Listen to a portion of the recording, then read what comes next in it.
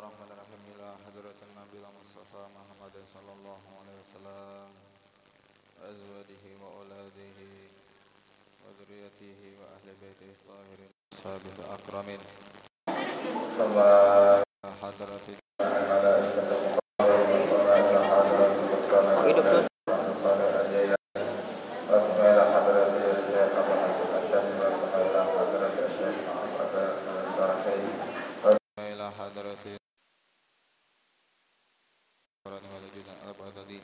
wal a'immatul mujtahidin min as-sahih al-ma'alana bi tamamil awam al-syari Muhammad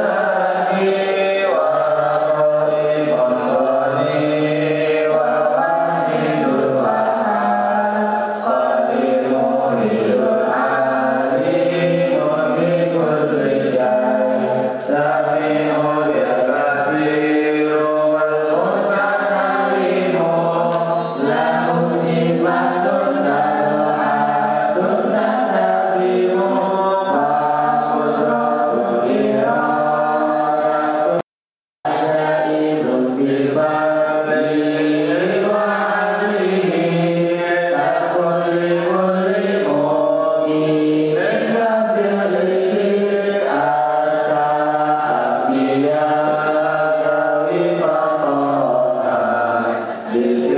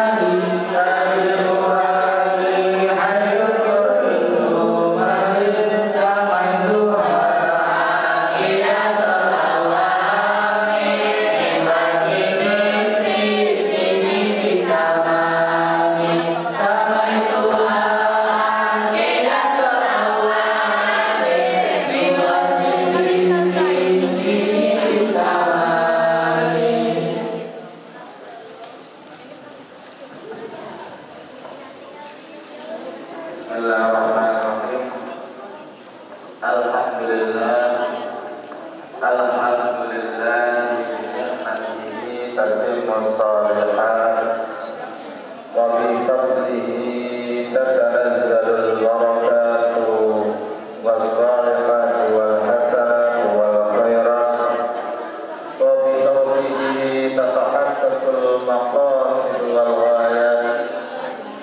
Asyhadu an la ilaha illallah wahdahu la syarika lah wa asyhadu anna sayyidana Muhammadan abduhu wa rasuluhu alladzi la nabiyya ba'dah.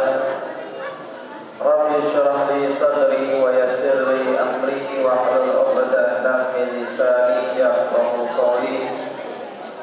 La haula wa la quwwata illa billahil 'aliyyil 'azim. Alhamdulillah, puji syukur kita kehadirat Allah Subhanahu wa taala.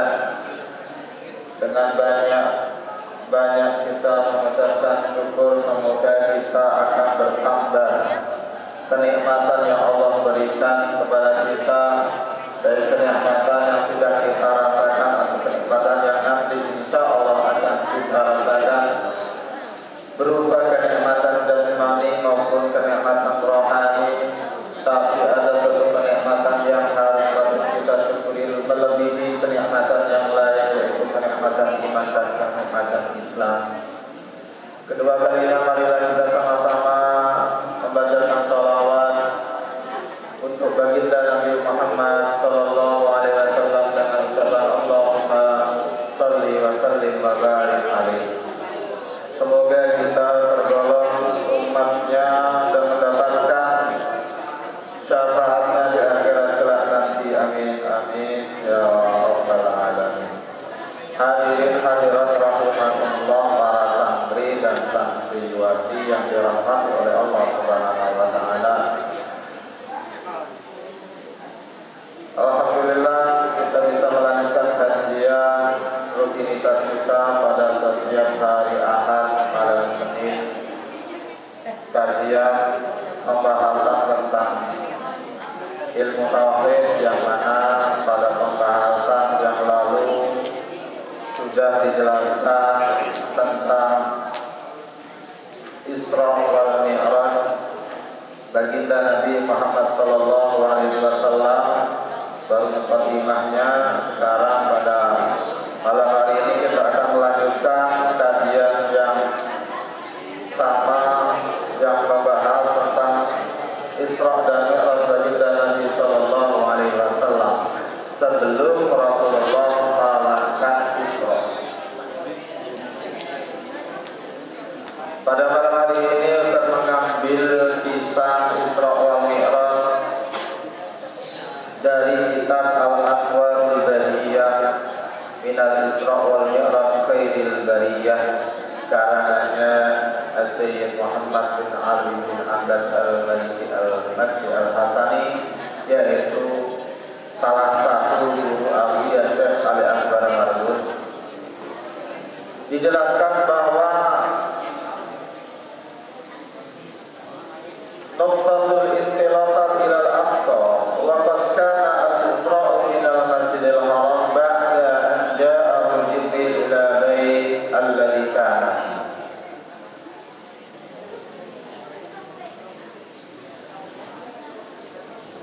Bahwa kejadian Isra itu dilaksanakan di Masjidil Haram setelah malaikat Jibril datang ke rumah. Yang pada saat itu Rasulullah ada yang mengatakan tinggal di rumahnya Ummu Hani. Ketika tidur di rumahnya, datang malaikat Jibril membawa Rasulullah wa akhrajahu ila Masjidil Haram, dibawa ke Masjidil Haram. Jadi awalnya Rasulullah itu berada di rumah. Malaikat Jibril datang, kemudian Rasulullah dibawa ke Masjidil Haram. Bukan malaikat Jibril datangnya itu bukan Rasulullah langsung ada di Masjidil Haram, tidak. Pertama awalnya itu berada di rumah dulu, di kediaman. Habis itu dibawa ke masjid. Ila hijri. Hijri dibawa ke situ. Setelah dibawa ke Masjidil Haram, tempatnya di Hijr Ismail, malaikat Jibril safaf sadar Nabi sallallahu alaihi wasallam. Rasulullah dibelah dadanya. Tsumma dhahaba bihi ila al-ghurab wa raqaba wa talaqa bihi fi rijlihil maimunah. Dengarkan. Jadi Rasulullah dibawa dari rumah ke Masjidil Haram, letaknya di Hijr Ismail, ditaruh di situ, habis itu dibelah dadanya. Setelah dibelah dadanya, barulah dinaikkan di atas buruk. Setelah naik di atas buruk, barulah dia melakukan perjalanan. Melakukan perjalanan dimulai dari Masjidil Haram ke Masjidil Aqsa. Yang kita bahas adalah tentang perjalanan sebelum perjalanan Rasulullah Isra wal Mi'raj. Dikatakan juga waja'at hadhihi rihlatul maimunah ala sabilil mufajjah. Rasulullah ketika melakukan perjalanan, rihlah ya, rihlah al-maimunah, perjalanan yang baik. Kalau kayak kita itu dharma wisata. Dharma wisata itu kunjungan sebentar. Tapi Rasulullah kunjungannya di sini kepada Allah bukan untuk rekreasi, bukan untuk main-main ke Beratsan, bukan main-main ke Beratsan, pergi holiday, naik tsunami, naik apa lagi di situ, apa orang-orang rumahan, bukan begitu. Rasulullah melakukan rihlah, perjalanannya ini untuk mengemban tugas. Tapi di samping itu juga sebagai bentuk untuk menenangkan baginda Nabi Muhammad SAW. Karena pada saat itu Rasulullah juga mengalami yang namanya kesedihan. Biar ditenangkan, makanya Rasulullah kasih kejutan. Makanya Isra wal Mi'raj itu adalah surprise. Atau apa namanya surprise dari Allah kepada baginda Nabi Muhammad. Karena dilakukannya Isra wal Mi'raj ini kejutan, tidak ada tanda-tandanya. Tiba-tiba muncul malaikat Jibril, ada perjalanan. Kaget dong. Kaget dong. Rugi dong. Udah dilanjut. Nambung aja.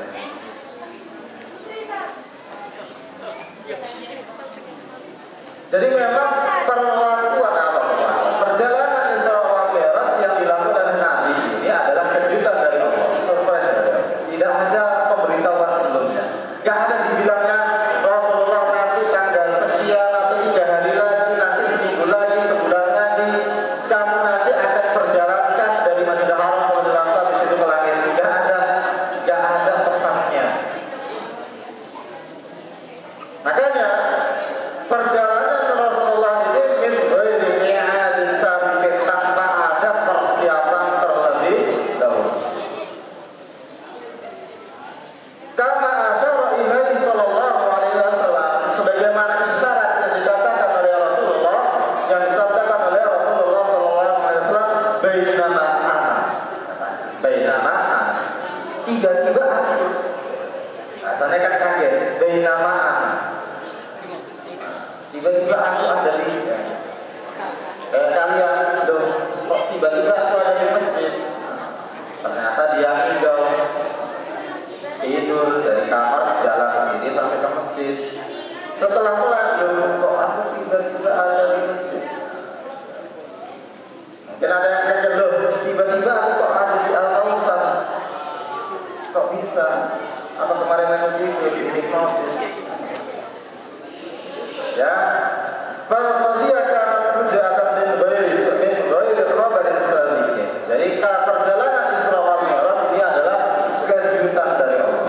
Tidak ada persiapan bikhilafil munajat. Berbeda dengan munajat yang dilakukan oleh siapa? Nabi Musa. Nabi Musa dikatakan julukannya adalah Kalimullah. Wa kallama Allahu Musa taklima. Rasulullah bermunajat, bermukalamah, bermunajat kepada Allah. Itu munajatnya sudah ada undangannya terlebih dahulu. Sudah ada isi-isinya. Sudah ada dari Allah pemberitahuannya. Baik Nabi Musa, nanti sekian, hari sekian, setelah ini kami nanti akan melakukan yang namanya munajat, bermukalamah dengan ada tandanya. Tapi Rasulullah melakukan Isra wal Mi'raj tanpa ada tanda-tandanya. Ya, makanya disebutkan di dalam ayat tentang Nabi Musa ini bermukalamah adalah wa'adna Musa 30 lailatan, selama 30 malam, wa asbahna bi asrin fatamma miqatu rabbih 40 lailah. Nabi Musa ketika bermunajat sudah dikasih tahu lebih dulu 40 hari sebelumnya. Dikatakan 30 hari, habis itu ditambah 10 hari. Tidak ada pemberitahuan. Tapi kalau Isra wal Mi'raj tidak. Jadi kembali lagi bahwa ketika Rasulullah ini akan melakukan perjalanan Isra wal Mi'raj, Rasulullah tadi dibedah atau melakukan operasi, dibelah dadanya oleh malaikat Jibril dan malaikat Mikail. Wa qabla intilaq fi hadhihi ar-rihlatil maymunah qama Jibril bi shaqqi sadri syarif wa ghasala thalatha marratin bima'i zamzam. Dibelah dadanya, kemudian diambil dari situ jantungnya, dibasuh dengan air Zam-Zam.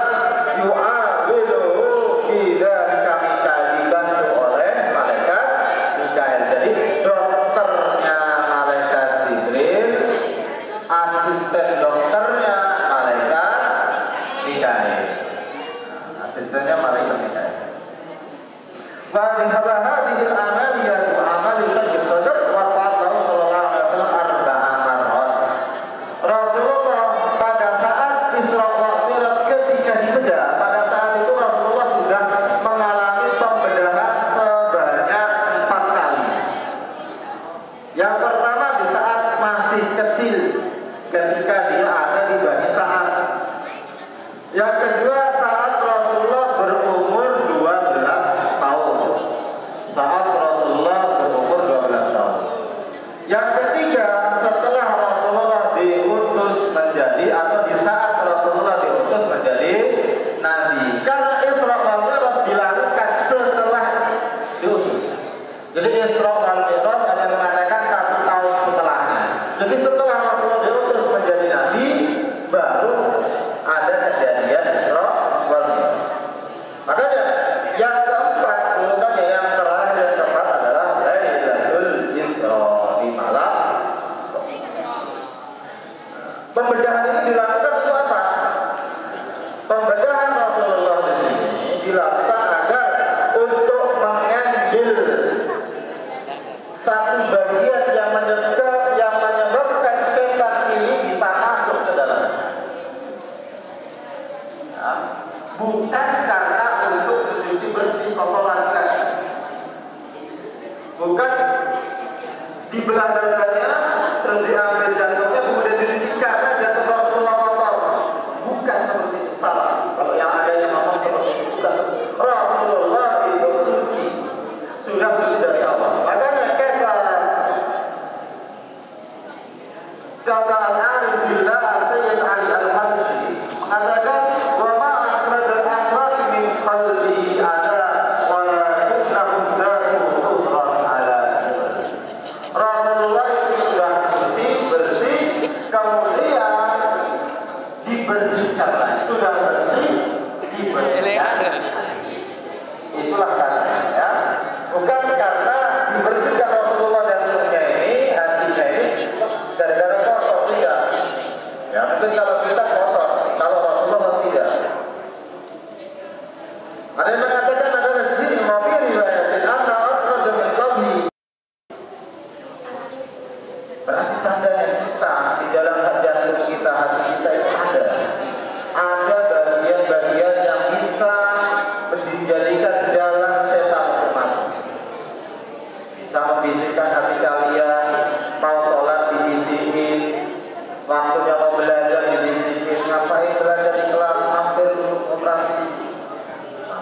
operasi, ya kan Pak ya.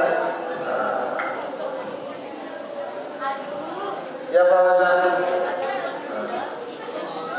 mau sholat, mampir dulu kamar mandi, berak ya.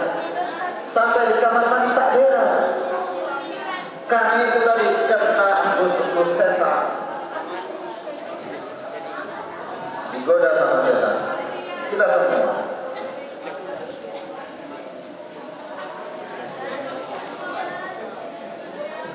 Tapi ketika Rasulullah sudah diambil, barulah setelah dibersihkan, ya, setelah dibersihkan jantung hati Rasulullah dibersihkan dalam arti tadi apa? Rasulullah dibersihkan bukan karena kotor, tapi dibersihkan untuk dibersihkan, karena hatinya sudah bersih. Tidak mungkin Rasulullah kotor. Ya.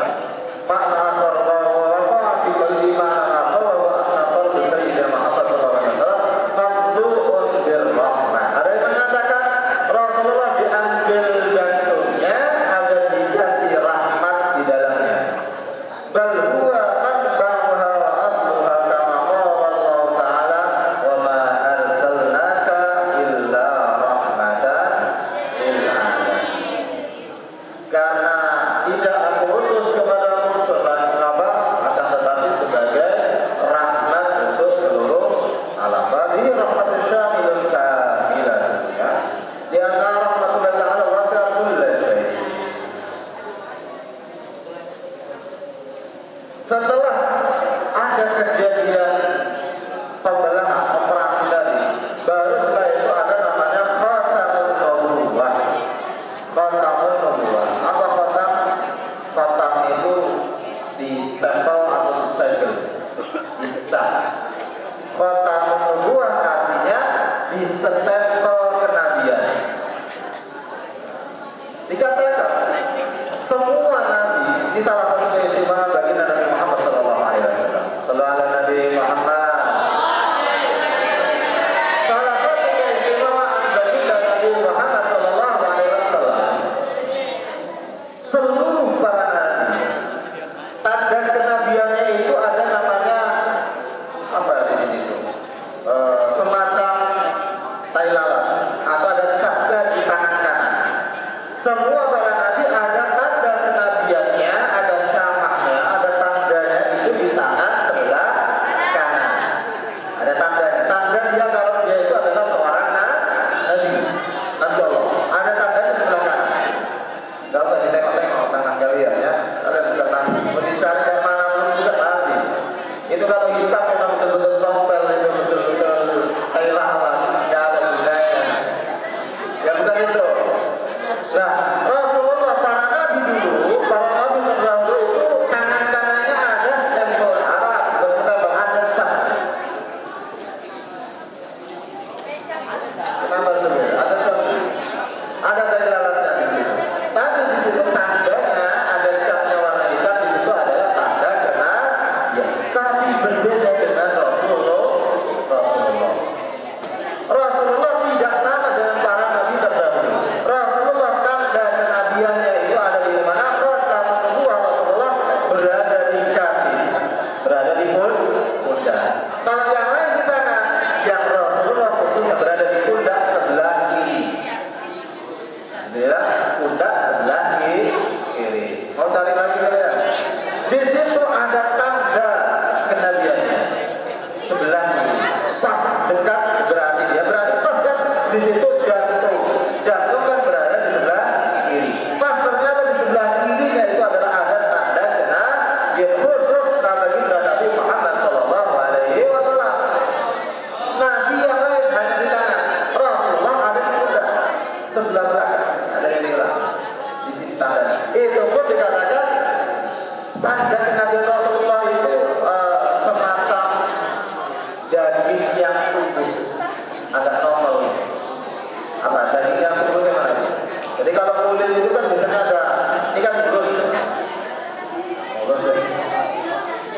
Yang lebih mulus kalian lah. Ya.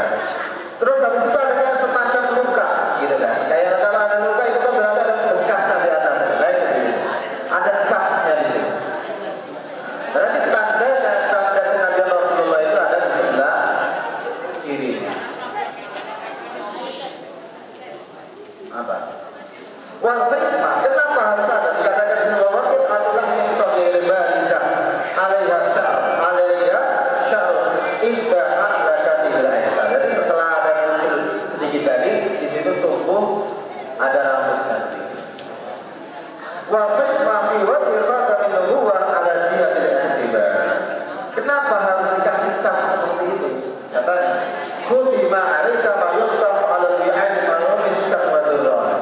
Jadi dikasih cap itu seperti mirip dengan barang sesuatu yang istimewa. Barang mahal, ya, barang mahal itu kebanyakannya dibungkus yang rapi, habis itu ada stempelnya.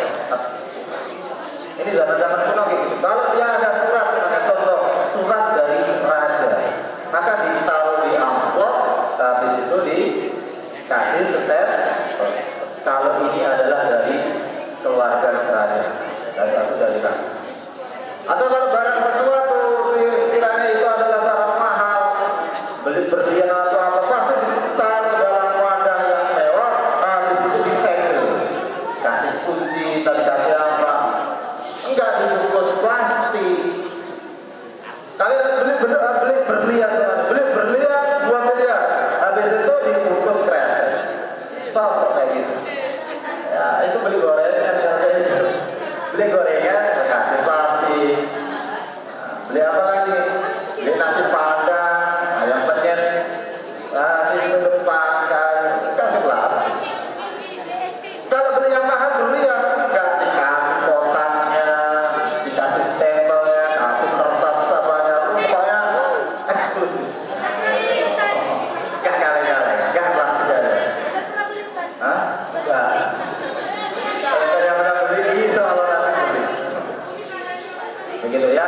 Tanda kalau itu barang istimewa seperti itu, stempel dibuat bungkusnya sedemikian rupa. Baguslah. Itulah tanda keistimewaan Rasulullah, dikasih stempel, dikasih tanda, itu adalah lebih istimewa daripada yang lain, daripada nabi-nabi yang lain. Dikatakan juga Fajamma'a Allah Ta'ala ajza'an nubuwwah sayyidina Rasulullah sallallahu alaihi wasallam wa qasama 'alaihi wasallam. Sampai dikatakan juga Allah mengumpulkan bagian-bagian yang ada, kekhususan yang ada dari Nabi, seluruh para Nabi Allah kasihkan kepada baginda Nabi Muhammad sallallahu alaihi wasallam. Sallallahu alaihi Nabi Muhammad. Istimewanya Nabi kalian, Nabi kita, Nabi siapa? Nabi Muhammad. Semua bagian keistimewaan, semua yang ada dimiliki para nabi-nabi terdahulu, Allah kumpulkan semuanya ada di baginda Nabi Muhammad sallallahu alaihi wasallam. Paket komplit. Nah, begitulah bahasa. Apa yang ada di Nabi yang lalu ada di situ. Itu kalau barang elektronik itu ada semua di situ. Apa istimewanya dari HP-HP yang lain ada di situ. Kameranya jernih ada di situ. Kameranya bisa selfie ada di situ. Kameranya bisa telepon ada. Kamera ada, tapi banyak barangnya bisa semua. Apa yang ada dimiliki oleh pendahulu-pendahulu dan terdahulu ada dimiliki oleh Rasulullah sallallahu alaihi wasallam. Maka dikatakan tadi berjamaah adalah ajza'an nubuwwah di sayyidina Rasulullah sallallahu alaihi wasallam. Falam yajid 'adul sabila ilayhi min ajli dzalika al-qasam li'anna syai'an maktub mahfuz wa kadhalika tanzilu ta'ala lana bi hadhihi idza wajada 'anna syai'an wa tanzala asad wa qadara al-sabr ma baina adami. Dikatakan juga kalau kalian ada dendam, ada perasaan tidak enak kepada Rasulullah, tapi ketika ada muncul melihat tanda kenabian Rasulullah, maka hilanglah rasa permusuhan. Saking istimewanya Rasulullah. Maka anna hadza qad yu'ti isyarat wadihatan jaliyatan ila anna qalbahu sallallahu alaihi wasallam mahfuzun mahfuz. Dikatakan juga maka anna hadza seakan-akan cap atau stempel yang Rasulullah miliki itu tanda yang jelas bahwa hatinya Rasulullah itu sudah dijaga oleh Allah Subhanahu wa Ta'ala. Jadi tandanya hati Rasulullah itu dijaga oleh Allah. Tandanya kalau sudah tidak akan lagi terbesit hawa nafsu, tidak akan lagi terbesit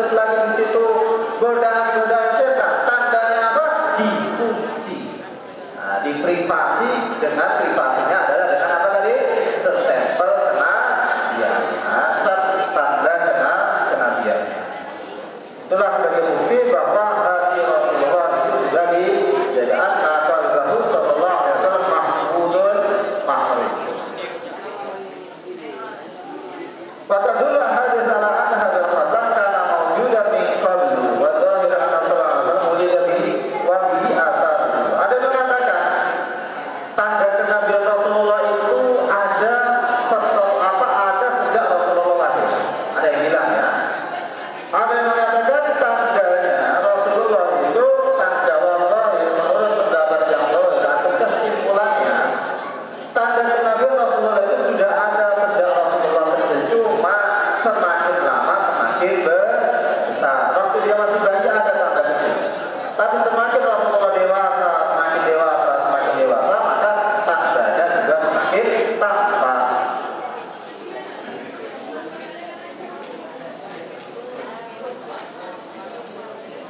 Fa'ala hadza yakun wadul khatam bi dhahrin nabi mimma ihtassa bihi 'anil anbiya wa qila innama khatama nubuwah rukan inda wafatihi sallallahu alaihi wasallam.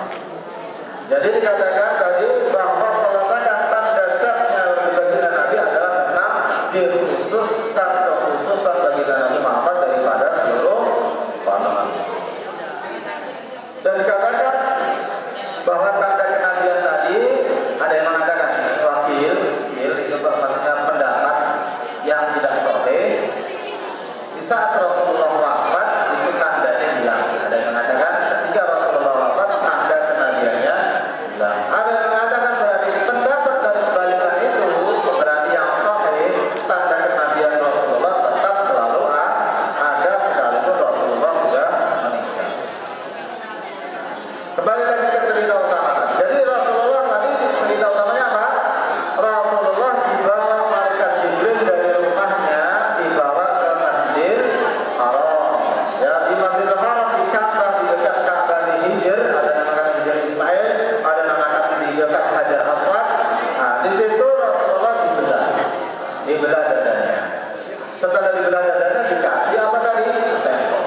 Dikasihnya di situ apa namanya tadi? Stempel kenapa khatam nubuwah.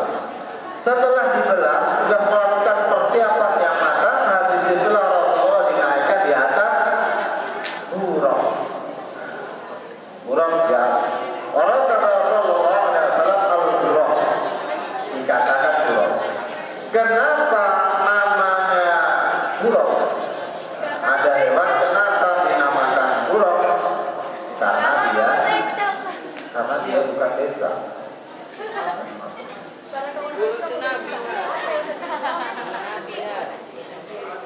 Karena dikatakan ma'khudun minal barir. Ini ada dua pendapat.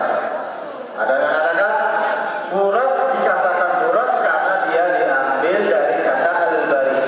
Barir itu makna al-bayat. Apa artinya bayat? Apa artinya bayatun? Apa artinya bayatun Allah? Apa bayatun? Bayatun ahmarun merah sauda sawadun sawadun hitam bayatun al-barik buruk dikatakan kenapa namanya buruk karena terambil dari kata barik.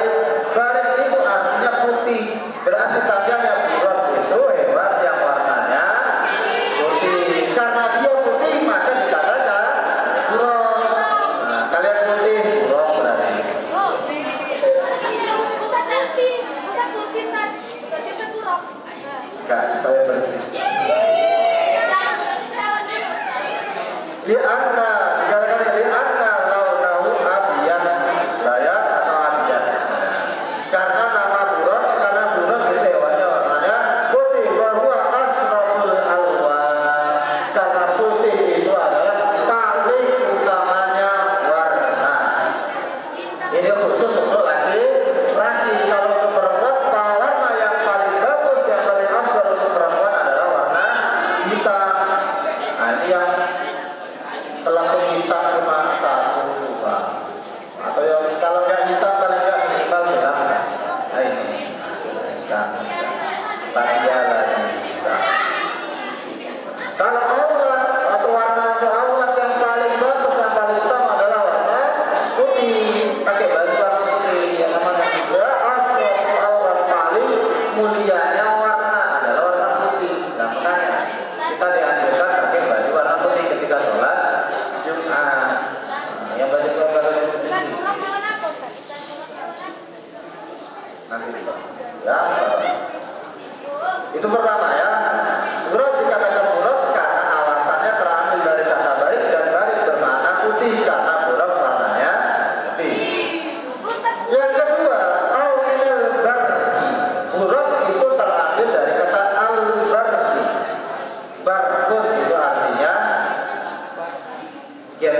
sekitar apa? Kira jaga.